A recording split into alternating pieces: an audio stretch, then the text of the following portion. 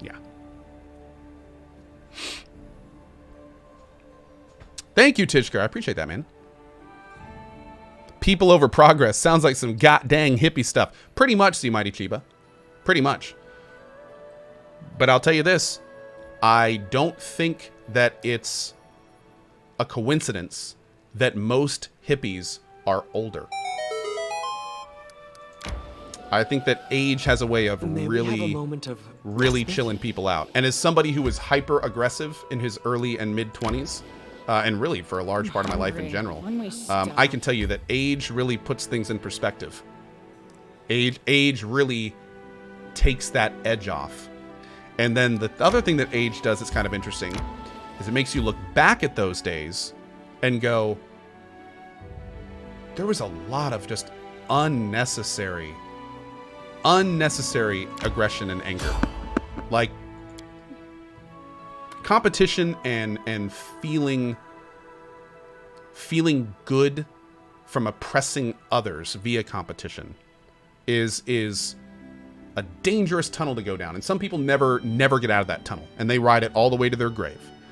But many people, including myself, get to a point where they just kind of look around and they go, there's so many better things to be doing than this.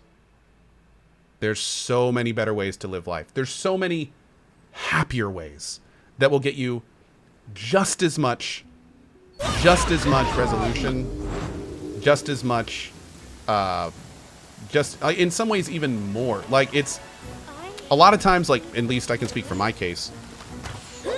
When I kind of chased that dragon when I was growing up, oh, I'm not in my territory. Damn, so I don't have poison on. It's the kind of thing where you kind of get addicted to winning or doing well, and it's crazy, man. What it'll do to your mindset. It's crazy because when you're not doing well, then you stop having fun. And if you're not progressing and if you're not the best, then you're not enjoying your time. And if you start realizing that's what it's like, where you realize that to have fun, you need to do well. When you get to the point where when you fundamentally understand that if I don't do well, I'm not going to enjoy my time, then at that point you need to go, is that really how I want to live my life? Do I always want to be either winning or not happy? And that's the point I got to. And it happened in my late 20s. And it got to the point where I was just kind of like, this is not worth it. Like, the high from doing well is not worth the lows when you're not. And more importantly, the cost of getting to that point. What you have to do to be the best. Even if you're just talking about being the best in a social circle. Like, you don't have to be a gamer. This applies to anything. But it just gets to the point where you realize, like, our life is very short on this planet. We are a sparkler that a kid is holding. We flare and then we flare out. And it's like, if you want your life to be just a meaningless journey in chasing your own need for being better, applause, please. Then it's just kind of like, who wins there? You know, who's the winner? But if you can get to the point where you just like start realizing that every second is a second you're not going to get back, and that you should just do whatever it takes to not only be happy yourself, but spread happiness to those around you. You know, like that can really be good. By the way, for the record, I don't want you guys to think I'm some yogi sitting on a mountaintop. This is a journey I'm going through myself. Like, this is something I'm talking about, but I am still learning and living through myself. So don't, please. I don't mean to come off as some, like, you know, oh, let me share the secret of life with you. You know, it's nothing like that. I'm just talking about my own experiences that I've gone through. But yeah. It's interesting. We've had these discussions on the channel a few times, and I really appreciate the feedback in chat, particularly not the feedback that necessarily agrees with me, because some of those are the best comments. But yeah, and for the record, and let me end this little thing with one little bit of things. If you're in that stage of your life, especially if you're a younger person and you are a competition junkie, I'm not telling you to change, because a lot of people have to go through that to gain the perspective to become what they are going to become later in life. And if you stifle that early, then you may never gain the perspective needed to really make that transition later. So I'm not trying to tell people how to live their lives. I don't want, if you're a competition junkie, I'm not telling you stop being competitive. That may be exactly what you need to do in your life right now. Because by going through that journey, that'll get you what you personally need to go wherever else you want to go. And hey, maybe you're going to be competitive your entire life. Maybe you'll find a way for competition to work for you. And maybe you'll take your losses as positives. I was never able to do that, which is why I tried to stop being so competitive. But yeah, it's different for every person, for sure. Yeah, we'll do Kest on him. Okay, anyway, I'm done with that. Enough of that jazz.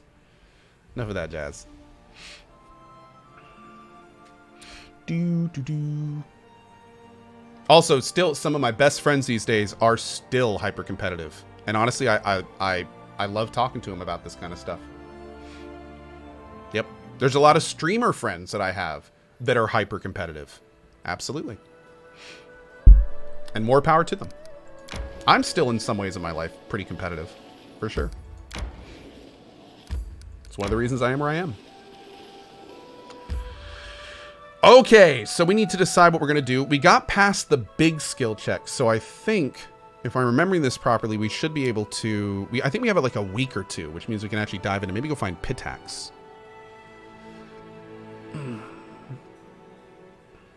But Ko is a competitive variety streamer. I am. And in fact, I have to... I am behooved... I like that word. I am behooved to admit... I think I'm using that right.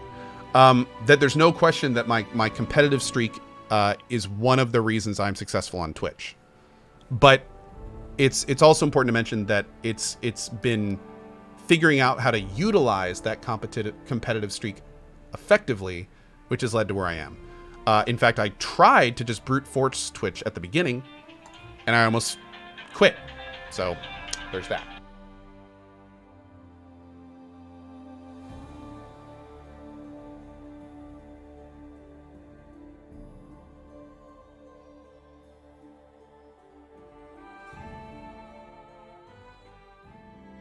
This is the third phone call about this appointment.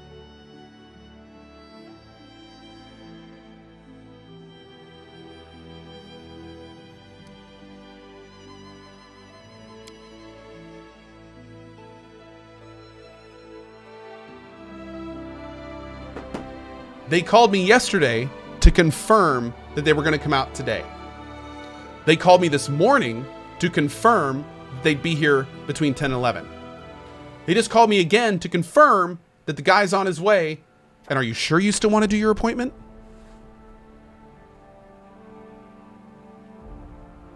Like, what? Like, do you want me to say no? Like, Jesus, man. Like, how many opportunities are you going to get? Like, oh my Lord. Okay, anyway, 14 days, 10 days, 20 days, 2 days. Okay, so if we do this 2-day one, this is only a DC 23, so it should be pretty good. In fact, we could probably just travel towards Pitax and then do that. And then we'll have like over a week. Yeah, Phantom Inc. That's basically why, dude. Just because if you miss one of those calls, they can skip it and blame you. Yeah, I know, right? I feel like that's what's going on here.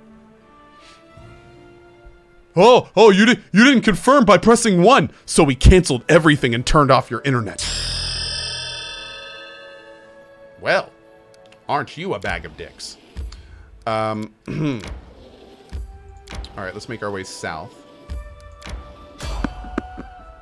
Okay.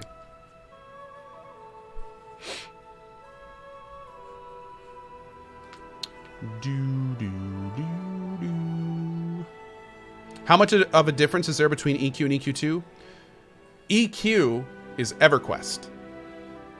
EQ2 is EverQuest plus World of Warcraft. Yep. So it's unfortunately, and this is why I call Pantheon the EverQuest 2 that all EverQuest fans really wanted, because I understand, especially at the time, because World of Warcraft was huge when EverQuest 2 came out. It was like the new standard. So I understand why the devs did it. But at the same line, like, it's EverQuest 2 is not really EverQuest. It's very, very, very different, just in terms of its soul. And Pantheon is more of an EverQuest 2 that I think EverQuest 1 fans want than EQ2. So, Jinko Person says, EQ launched before WoW. Yeah, but there was Jinko, and for those that weren't around the time, there was a lot of controversy because there were people that were doing the development in both parties that were talking to each other. I actually knew one of the coders in EverQuest 2.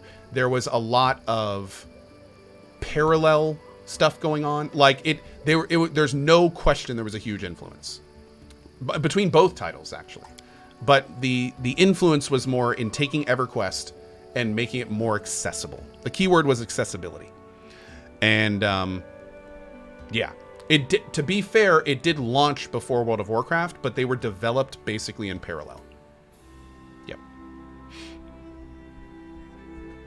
But you are right, Jinko. It did technically release first. Did I play oh yeah, dude. No, when I grew up, I played EverQuest, Dark Age of Camelot, Anarchy Online. I led a guild in Anarchy Online. Age of Conan, Neocron, Warhammer Online. A lot of EverQuest 2. That was my most serious rating ever was in EQ2. I rated every day at 8 p.m. for over a year. Actually, almost 2 years in EQ2. Shadowbane, huge Shadowbane player. My wife was the recruitment officer in my guild in Shadowbane. No, the two MMOs, there's actually more than two, but the two big MMOs I missed growing, we'll go with three. The three big MMOs I missed growing up that I'm really sad about were Ultima Online. I never played Ultima. Always heard amazing stories about it.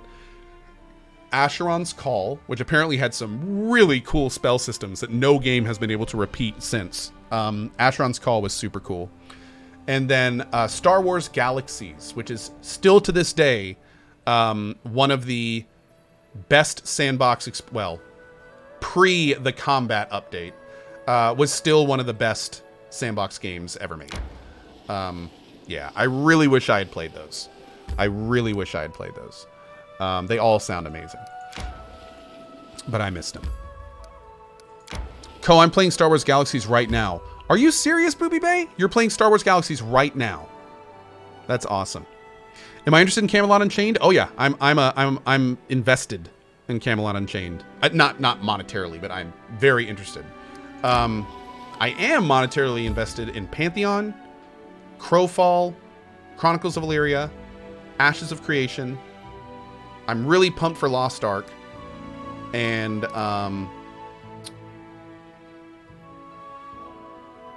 there's one more in there. What am I forgetting? There's one more in there. Camelot Unchained, Crowfall, Pantheon, Ashes of Creation, Chronicles of Illyria, Lost Ark.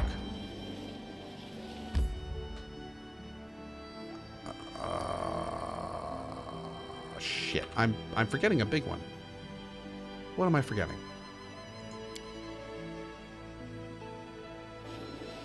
Damn. There's one more, but no, I can't remember it. Anyway, but yeah, so those. Star Citizen is not going to be an MMO. That doesn't count.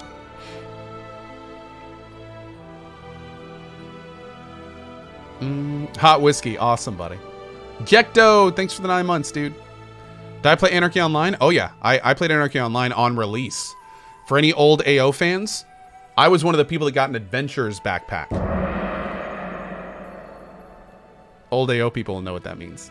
Oh, I played a lot of Guild Wars 2. I actually led Carnage in Guild Wars 2, where my game came from. Or where my namesake is from. Yep. I led a guild called Carnage in Guild Wars 2. That was a lot of fun. Guild Wars 2, when it came out, was one of the cooler MMO experiences I ever played. We have a moment of respite. It was a lot of fun. Enemy approaching.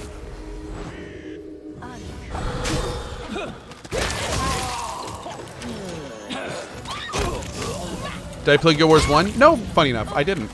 Yeah.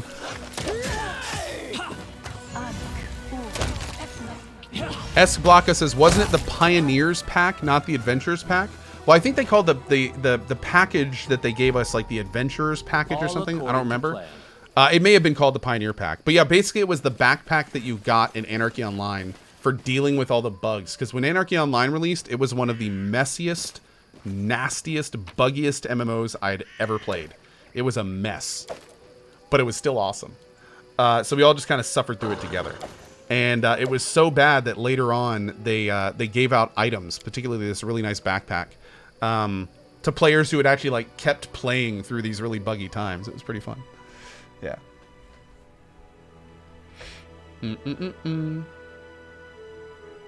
Oh, cool, Jinko. Well, even better, dude. Even better. That's awesome, man. That's awesome. Am I planning on playing Anthem? I am. I am planning on playing Anthem, and I hope to God that it's amazing. Because I want BioWare to have a success. I really want BioWare to have a success. But I am very concerned that it's going to come out and it's going to be a generic Destiny 2-like clone. And God, again, I hope to God I'm incorrect. But that's my worry, unfortunately. Are Anthem and Metro both coming out on the same day? I believe they are, yeah. May we have a moment of respite? All right, this should give us the Kestel thing. Am I checking out Battlefield 5 at launch? Probably not. Maybe for like some for fun drinking stream kind of stuff, but I don't think so. We'll see. I really don't know. I really don't know.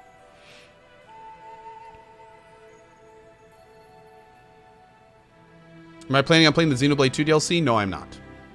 No. So what you're saying is you're playing Metro first. Oh, I was going to play Metro first anyway. Metro Exodus. That very well could be my game of the year 2019. Like, I am a huge Metro fan.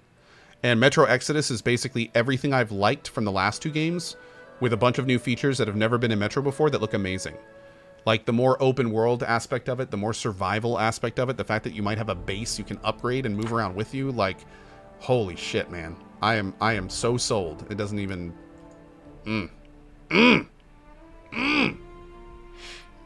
Scator says, how are you brute forcing Twitch at the start? I'm not going to get into too much of this, Scatter, because this is like a 30-minute monologue / discussion that I don't have time for right now.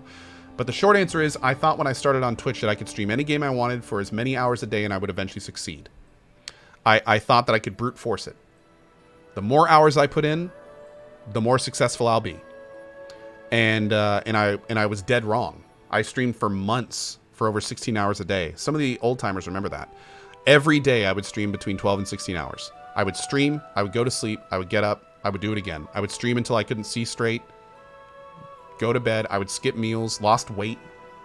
And that's because I truly felt that if I wanted to succeed on Twitch, I just had to work my ass off. That is wrong. It is 100% wrong. That's not how Twitch works at all. So, yeah. I basically got to a point doing that where I had to tell myself I either need to quit Twitch and find out something else to do with my life, or I need to really figure out how to do it properly. And that was over 5 years ago. So it worked. Mitty. Good to see you, dude. Thank you for the 46 months, and it's cool, man. It's cool. I appreciate you stopping by, dude. Thank you for it. Was that my competitive spirit kicking in? It absolutely was. Yep, it absolutely was. No question. If these people can do it, why can't I? That's definitely how I felt. I would watch a streamer and I would go, I can do better than that. Why am I not that famous? Right? That's not how it works. That does not matter at all. Nope. Doesn't matter at all. That's not the hard part. The hard part is not putting on a good show. But again, this is a discussion for another time. This is a discussion for another time. Okay, so we need to get back before the month is up. Let's do a hard save.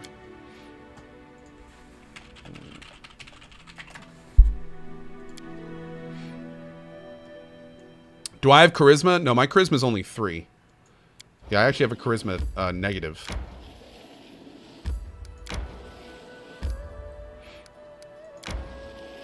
I need to catch my breath. Oh, shit, that's Pitax. Oh, damn. All right, well, we found it.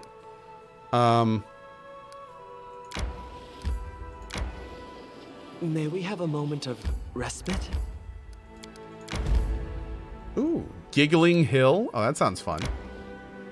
I'm hungry. When we stop? I don't think I want to go to Pitax quite yet. Oh, Space Cat, please. My pleasure. Nice of you to say. Have you ever gone back and watched my very first stream? No, I don't watch myself. I'm not one of those types of people. Yeah. Some people can watch themselves and like give themselves constructive feedback and improve themselves over what they see and stuff like that. I'm not one of those people. I have trouble watching myself.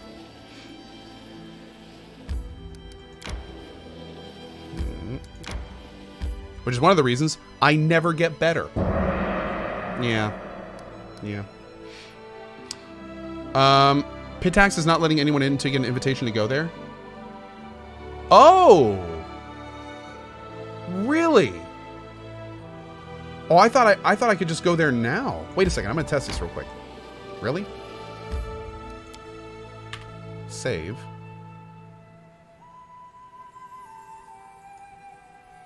And now we know why code doesn't ever get good. That's right. Oh. Well, all right then. A whole army of mean-looking guards awaited us at the Pitax gates. They were led by a pompous buffoon named Wash Sellaway, a Pitaxian magistrate, no less. Leave now, your highness. King Irvedi's orders. We looked at each other and told Walsh we need to discuss a few things with him regarding the river pirates. Ooh. I don't know if we should tell him, because if he's working with Irvedi, we don't want him to know what we know. Ooh. I'm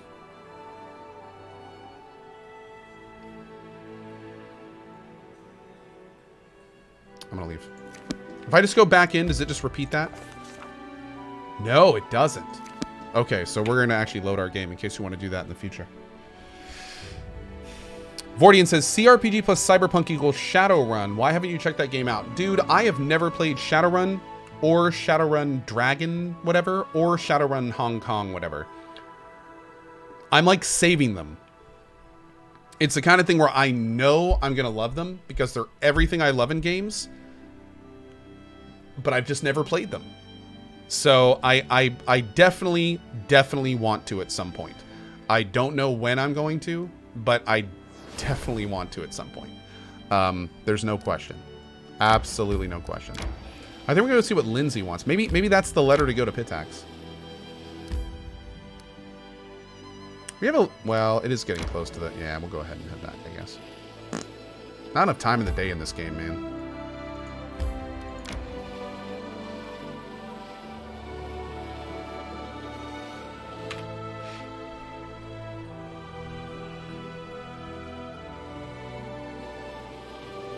I'm hungry. When we stop?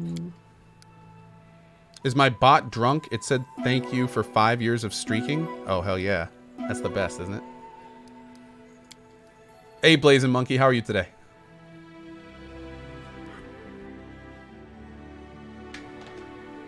Syndicate was the best game? Dude, you know, okay.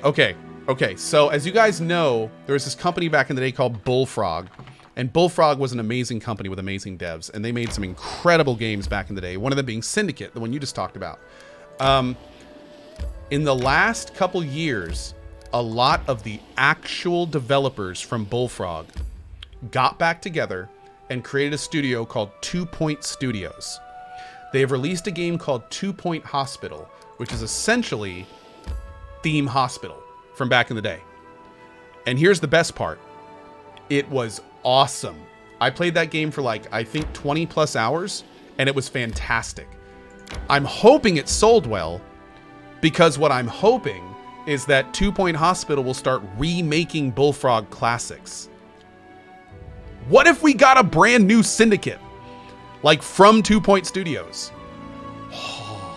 Like, oh my god, dude. They could, I'm saying right now, if 2 Point Studios wants to make money, just remake everything Bullfrog did. We need a new Populous. We need a new actual theme park. We need a new Syndicate. We need an actual new Dungeon Keeper. Like, oh my, that's it. There's their development schedule for the next decade, and each one of those will make them money. So, yeah.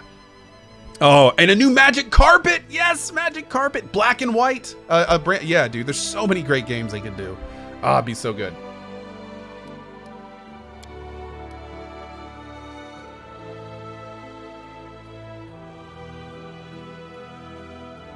My character does have the blind condition. I'm not sure why. He must have been blinded in that fight with the bandits. Oh, and for the record, I do know, like, Satellite Rain is a Syndicate copy, and, well, not copy, but Syndicate spiritual successor. And then we also have some spiritual successors to Dungeon Keeper. There's, like, there's some, what I've heard are pretty good re-envisionings called, like, I think it's called Dungeons? Is it just called Dungeons or something? Yeah, Ground Control. Homage is a good word. Yeah. But yeah, I know there's some decent, like, games from other companies, but it's a different thing when the company or people from the company that made the original make the next one. Like, I understand that there's a lot of good homages out there, but it's a little different when the people have that made the original have their hands in control. You know what I mean? So, yeah, still would be fun.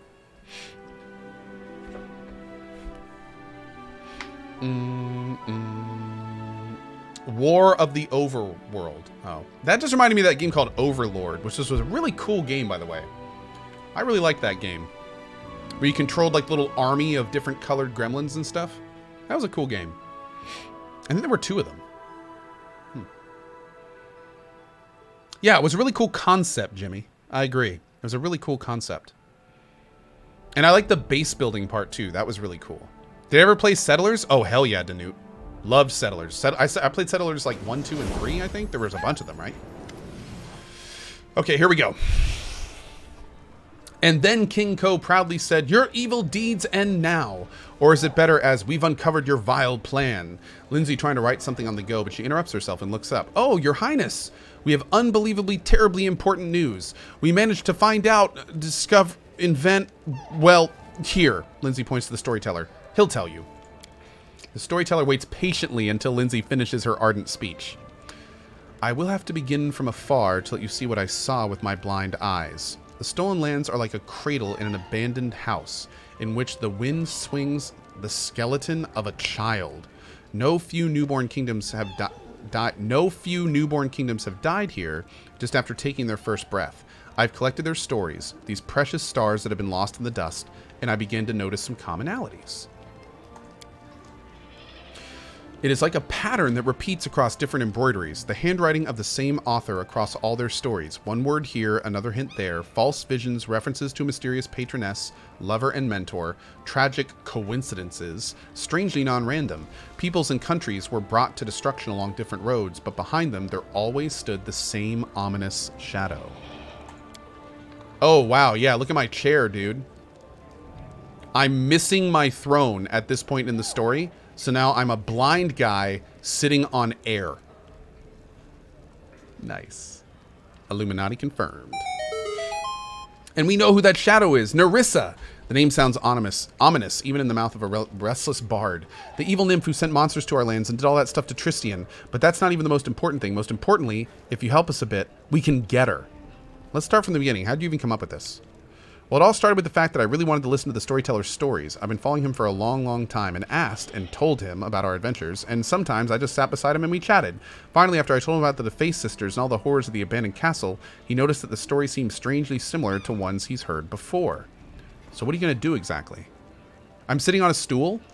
Oh my god, you're right. Oh my god, they put a little stool there.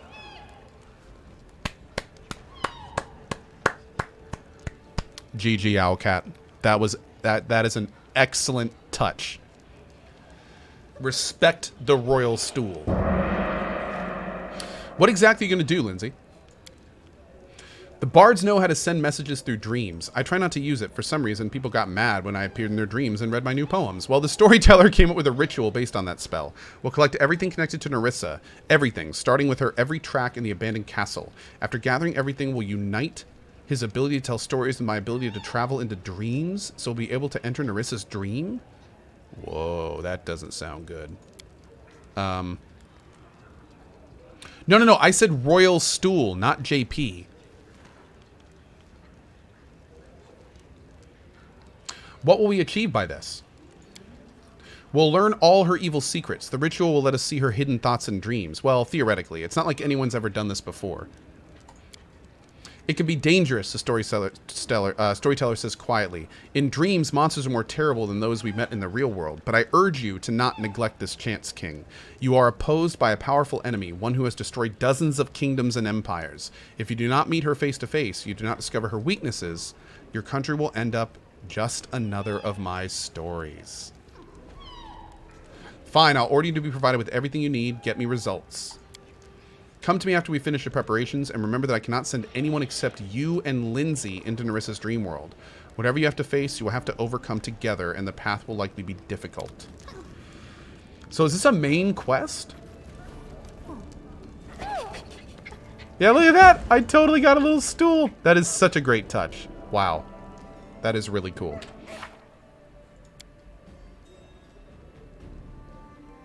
The king has to wait until everything is ready and then talk to the storyteller. Okay. So this is another wait thing. Someone earlier asked how many charges we have on our key. I haven't looked in a little bit. 9. Oh, we're out of double digits. Oh shit, getting close, getting close. Okay. Okay. Awesome. Where's the throne? Somebody stole it. I don't want to talk about it. Somebody stole my throne. We're trying to track it down. Yeah. Brought some relics. Nah, we're good. All right. Well, on that note, we are almost set to go. I need to cure my blindness. I think I have to do that with an actual spell, don't I? Don't I have to do like a remove blindness spell or something? Where's remove blindness? Remove paralysis. Remove blindness. There we go. We'll take out one of those. Great. Oh, you guys want to hear something interesting? Check this out. So apparently Tristian has been bugged for our entire playthrough. And apparently it's not just Tristian, it's his entire subclass. And I didn't realize this. If you look at Tristian, he has this thing called Domain Mastery. And the whole point of this class, the whole reason that they sacrifice armor and can only wear robes, is because this. At first level, when an Ecclesiathurge chooses his cleric's domains, he designates one as his primary domain and the others as secondary. An Ecclesiathurge can use his non-domain spell slots to prepare spells from this primary domain spell list. Each day when he prepares a spell, they can select a different domain granted by his deity to gain access to that domain's spell list instead of his secondary. So what's supposed to be happening is when I look in this spell book, you see where it says domain slots? All of these are supposed to be domain slots. So like when we go down to here, and like I can only put controlled fireball up here, we should be able to put it as all of them. Like for this one we can, but for some of them we can't. It's really weird, but yeah. Like I don't think we can do it with this fireball. I can't put this fireball in this slot, but I'm definitely supposed to be able to. So that's kind of wild. I didn't realize that. And apparently even if you make your own character an Ecclesiathurge or whatever, you still can't do it. But I will say this. When they fix it, it's going to be kind of nuts. Like when they fix that up, there's going to be, like this guy in particular is going to be kind of wild in terms of what we can do with him. It's really going to open up his nuking ability, really. So that'll be kind of fun. But if you rolled one of those, that's why it didn't work, to be honest. What's his primary domain? I think it's fire. I'm pretty sure that his main domain is fire.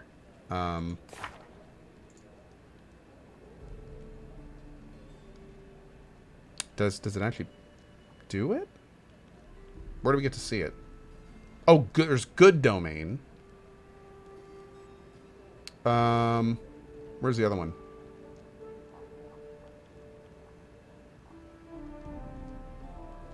Fire is his secondary domain. Okay.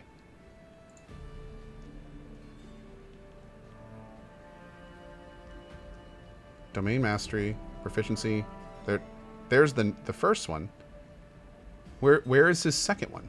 Shouldn't he get 2?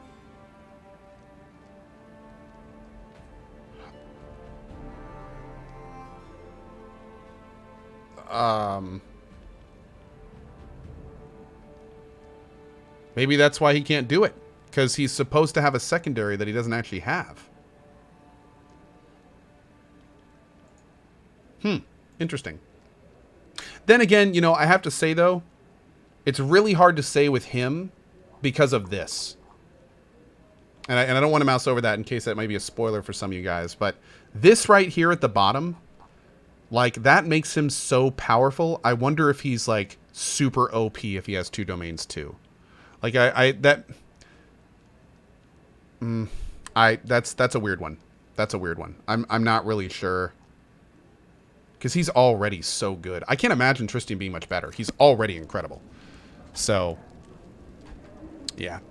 Anyway, before we continue, you know what? I think I'm going to go ahead and wrap it up here.